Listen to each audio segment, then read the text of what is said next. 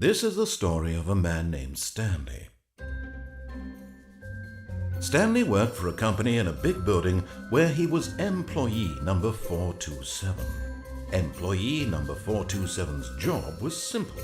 He sat at his desk in room 427 and he pushed buttons on a keyboard. Orders came to him through a monitor on his desk, telling him what buttons to push, how long to push them, and in what order. This is what employee 427 did every day of every month of every year. And although others might have considered it soul-rending, Stanley relished every moment that the orders came in, as though he had been made exactly for this job. And Stanley was happy. And then one day, something very peculiar happened. Something that would forever change Stanley. Something he would never quite forget. He had been at his desk for nearly an hour when he realized that not one single order had arrived on the monitor for him to follow. No one had showed up to give him instructions, call a meeting, or even say hi. Never in all his years at the company had this happened, this complete isolation. Something was very clearly wrong. Shocked, frozen solid, Stanley found himself unable to move for the longest time. But as he came to his wits and regained his senses, he got up from his desk and stepped out of his office.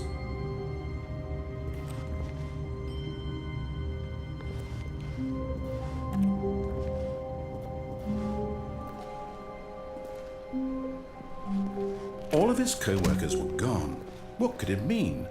Stanley decided to go to the meeting room. Perhaps he had simply missed a memo. No matter how hard Stanley looked, he couldn't find a trace of his co-workers.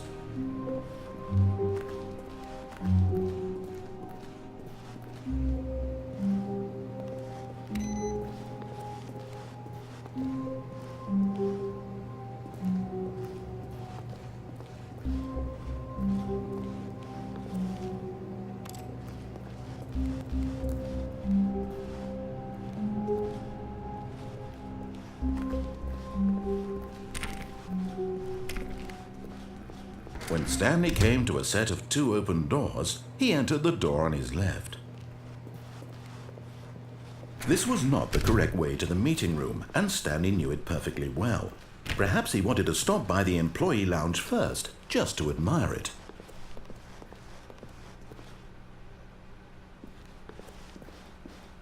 Ah, yes, truly a room worth admiring. It had really been worth the detour after all, just to spend a few moments here in this immaculate, beautifully constructed room.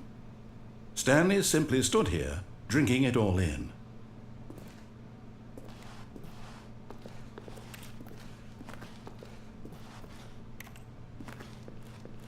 But eager to get back to business, Stanley took the first open door on his left.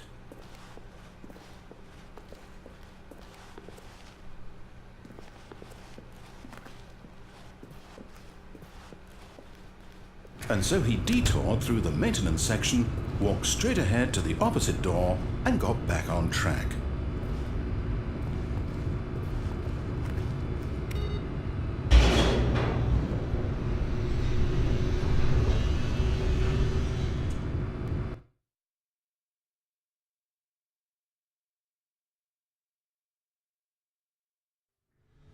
But Stanley didn't want to go back to the office. He wanted to wander about and get even further off track. So now in order to get back, he needed to go, from here it's, left. Oh, no, it's to the right, my mistake. No, not the right. Why would I have ever said it was to the right? What was I thinking? It's clearly... Oh dear, would you hold on for a minute, please?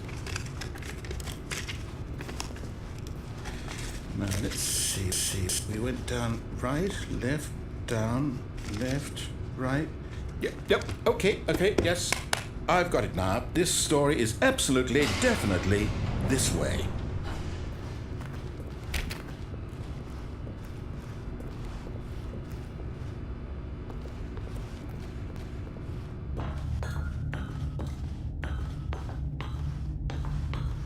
No, no, no, no, no, no, no, no, no. This isn't right at all. You're not supposed to be here yet. This is all a spoiler. Quick, Stanley, close your eyes. Okay. We just have to get back to, oh, who am I kidding? It's all rubbish now. The whole story completely unusable. How about, rather than waste my time trying to salvage this nonsense, we'll just restart the game from the beginning. And this time, suppose we don't wander so far off track, Okay, from the top.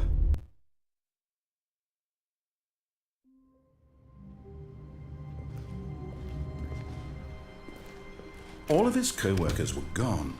What could it mean? Stanley decided to go to the meeting room. Perhaps he had simply missed a memo.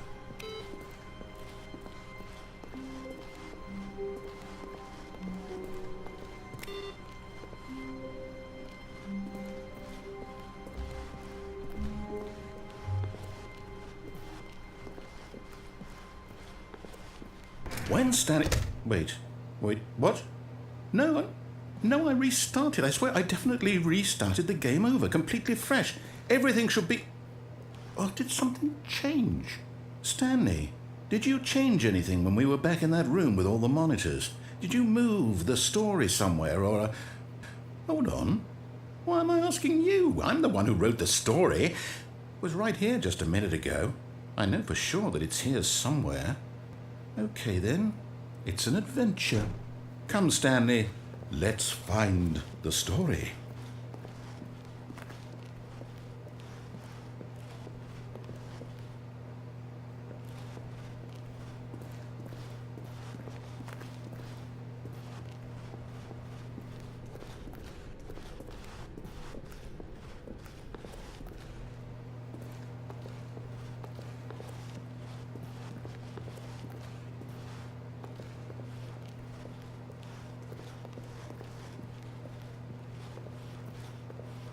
I'll say it, this is the worst adventure I've ever been on. I can promise you there definitely was a story here before.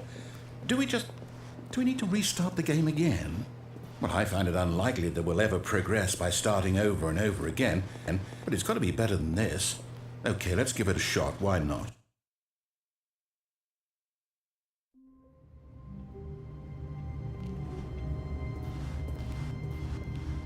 All of his co-workers were gone. What could it mean? Stanley decided to go to the meeting room. Perhaps he had simply missed a memo.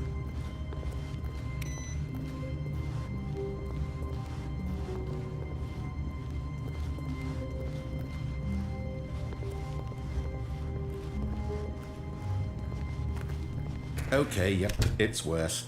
I might be remembering this wrong. It's possible the story is back where we just came from. Why don't we go back the other direction and see if we missed anything?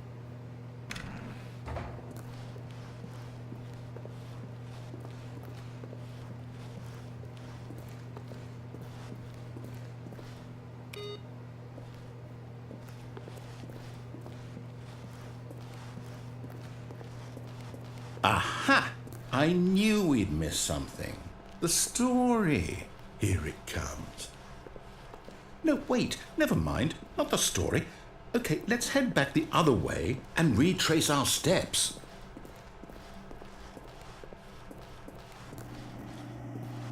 Now this... Well, I'll be honest, I don't recognize this place at all. Is this the story? I don't think so. I can't quite recall, but I believe my story took place in an office building. Is that correct? Do you remember, Stanley? Well, do you know what?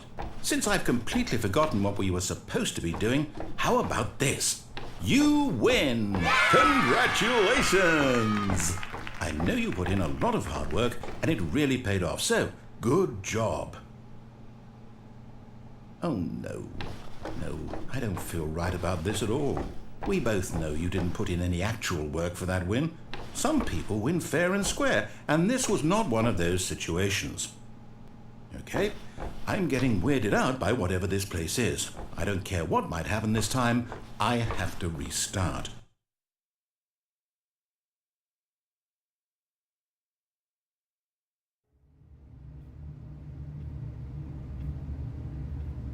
All right, I've got a solution. This time, to make sure we don't get lost, I've employed the help of the Stanley Parable adventure line. Just follow the line. How simple is that?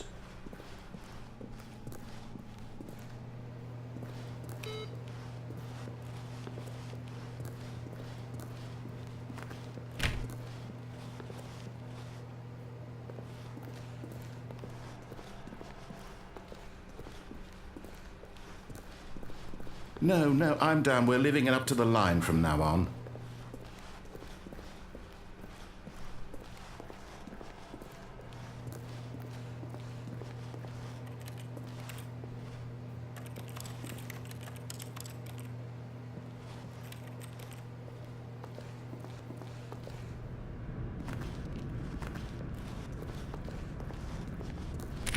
You see?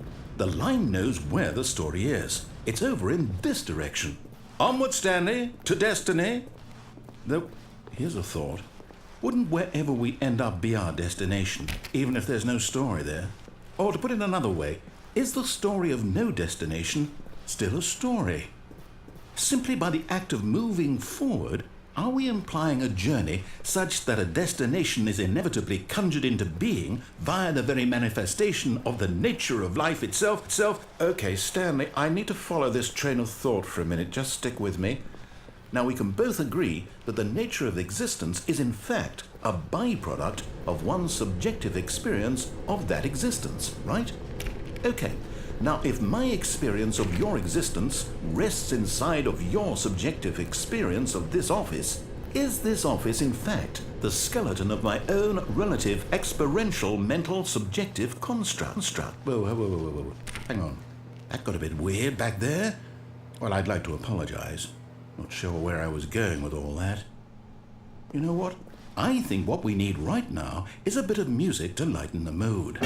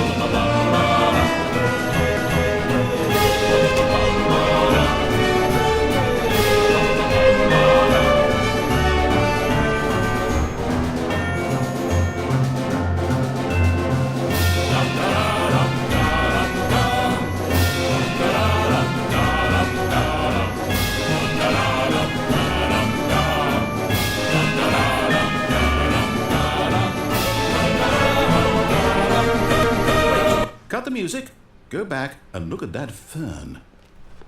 Stanley, this fern will be very important later in the story. Make sure you study it closely and remember it carefully. You won't want to miss anything.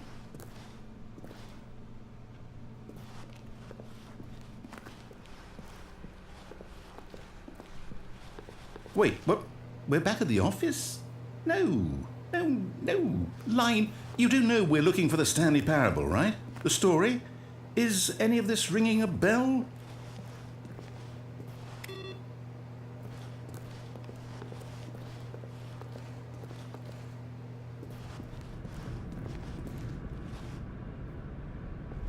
Oh, no, not again. Line, how could you have done this to us? And after we trusted you, after everything we've been through, you... Oh, I can't take this anymore. To hell with it. Restart.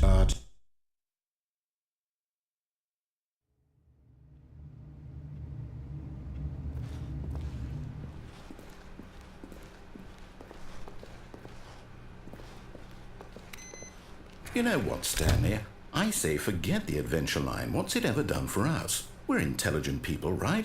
Why can't we make up our own story? Something exciting, daring, mysterious. Ooh, this all sounds perfectly doable. Why don't we simply start wandering in, well, I don't know. How about this direction?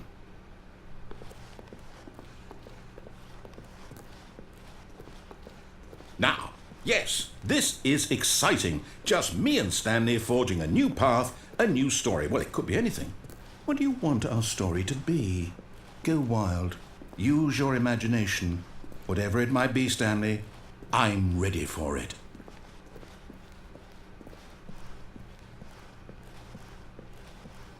Oh, no, not you again. Stanley, I'd also like to veto the line from having any role in our awesome new story. No lines or monitor rooms. Just don't acknowledge it, and we should be fine.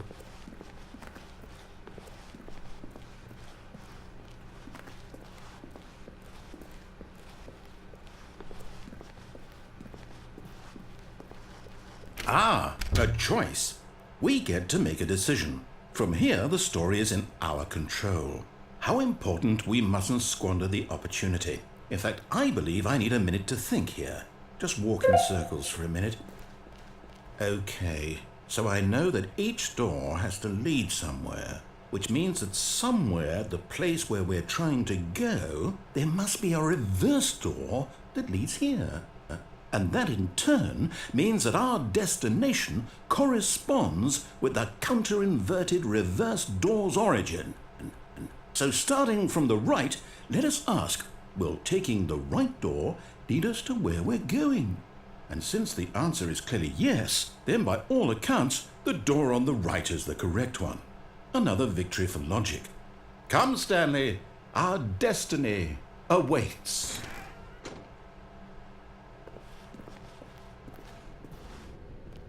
Oh, hold up, what's this? The confusion ending. You're telling me that's what this is? It's all one giant ending? And we're supposed to restart the game, what, eight times? That's really how all this goes? It's all determined? So now, according to the schedule, I restart again. Then what? Am I just supposed to forget? Well, what if I don't want to forget? My mind goes blank simply because it's written here on this thing, wall.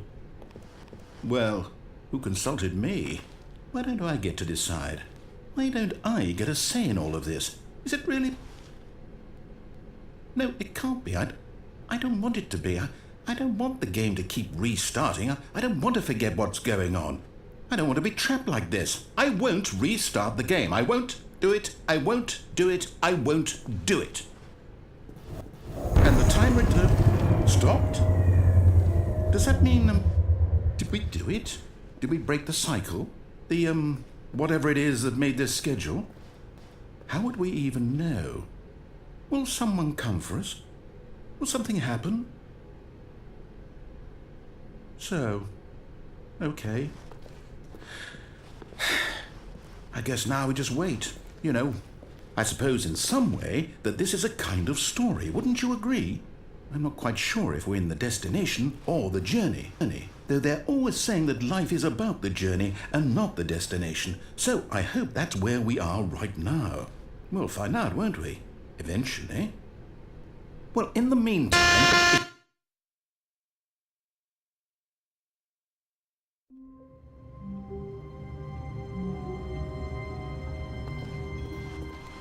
All of his co-workers were gone. What could it mean?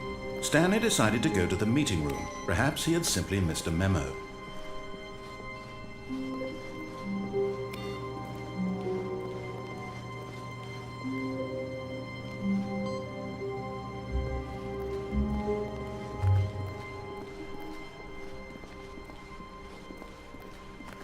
When Stanley came to a set of 2 open doors, he entered the door on his left.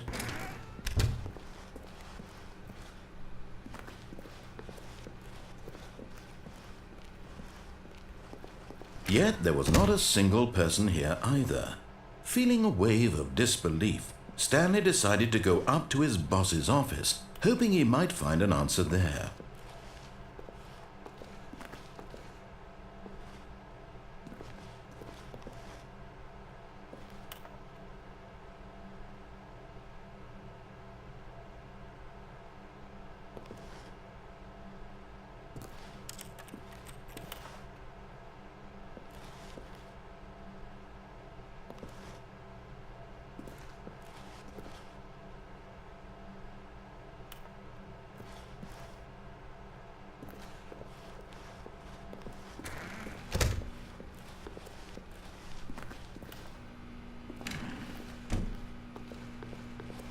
Stanley stepped into the broom closet, but there was nothing here, so he turned around and got back on track.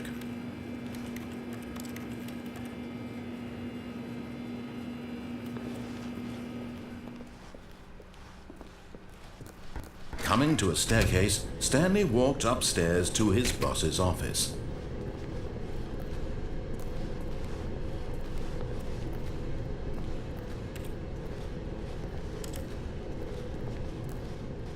But Stanley just couldn't do it. He considered the possibility of facing his boss, admitting he had left his post during work hours. He might be fired for that. And in such a competitive economy, why had he taken that risk? All because he believed everyone had vanished? His boss would think he was crazy. And then something occurred to Stanley. Maybe, he thought to himself, maybe I am crazy. All of my co-workers blinking mysteriously out of existence in a single moment for no reason at all? None of it made any logical sense. And as Stanley pondered this, he began to make other strange observations. For example, why couldn't he see his feet when he looked down? Why did doors close automatically behind him wherever he went? And for that matter, these rooms were starting to look pretty familiar. Were they simply repeating? No, Stanley said to himself, this is all too strange. This can't be real. And at last, he came to the conclusion that had been on the tip of his tongue. He just hadn't found the words for it.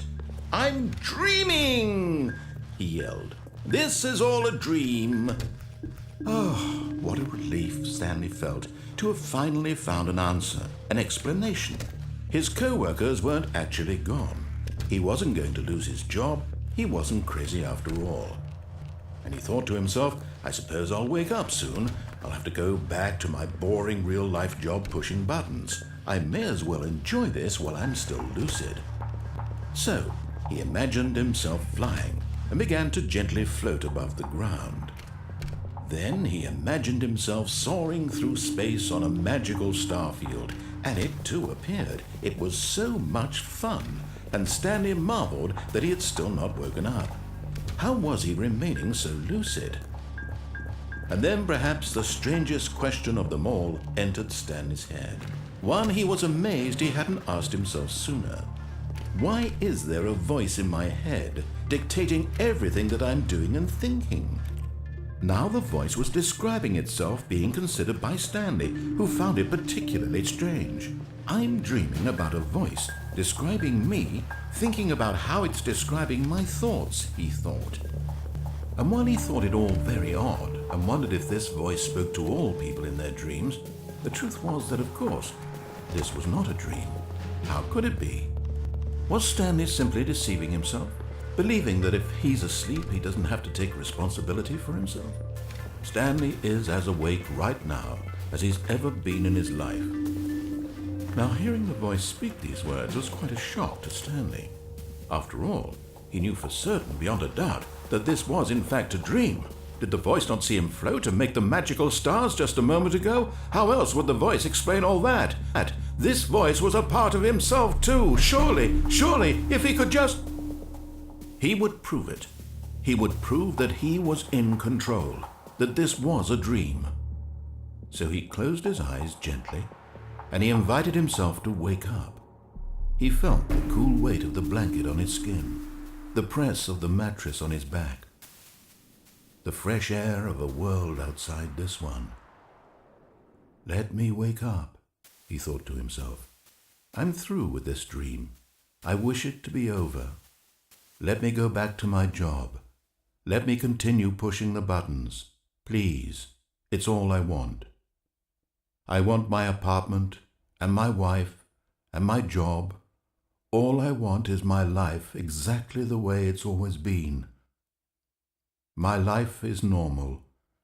I am normal. Everything will be fine. I am okay.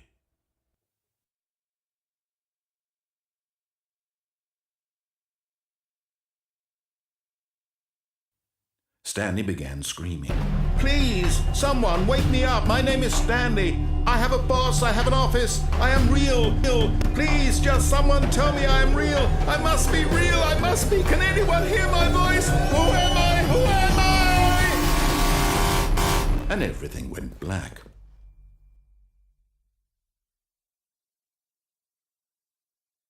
This is the story of a woman named Mariella. Mariella woke up on a day like any other. She arose, got dressed, gathered her belongings, and walked to her place of work.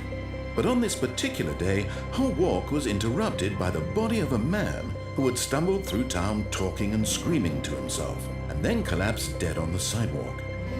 And although she would soon turn to go call for an ambulance, for just a few brief moments she considered the strange man.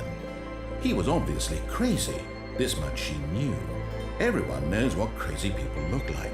And in that moment, she thought to herself how lucky she was to be normal. I am sane. I am in control of my mind. I know what is real and what isn't.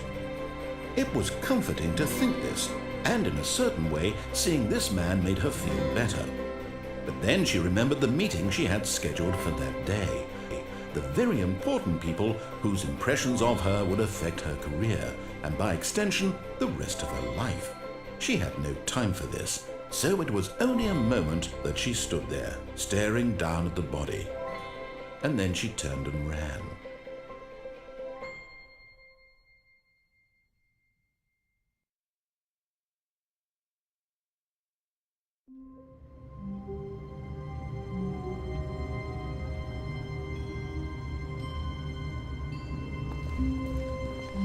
Someone was following Stanley. He was sure of it.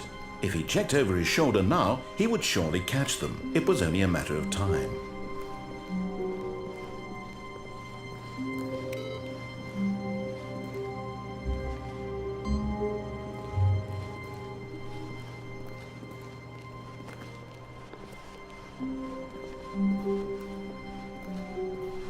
When Stanley came to a set of 2 open doors, he entered the door on his left. This was not the correct way to the meeting room, and Stanley knew it perfectly well.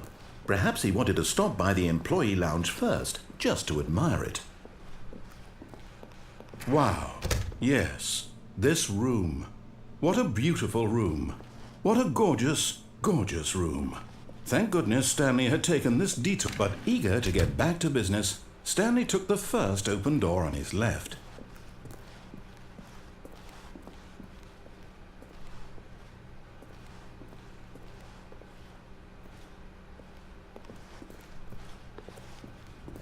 Stanley was so bad at following directions, it's incredible he wasn't fired years ago.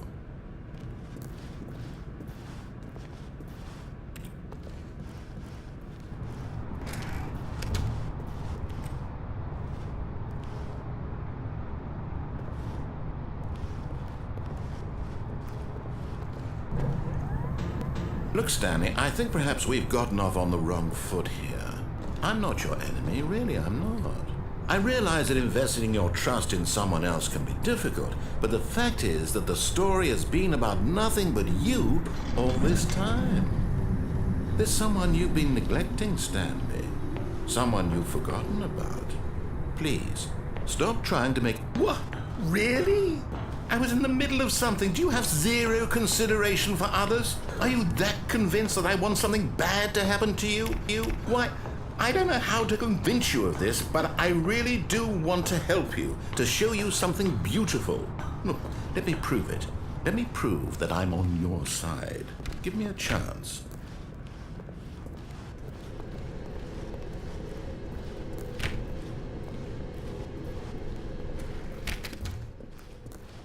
Now listen carefully, this is important. Stanley walked through the red door.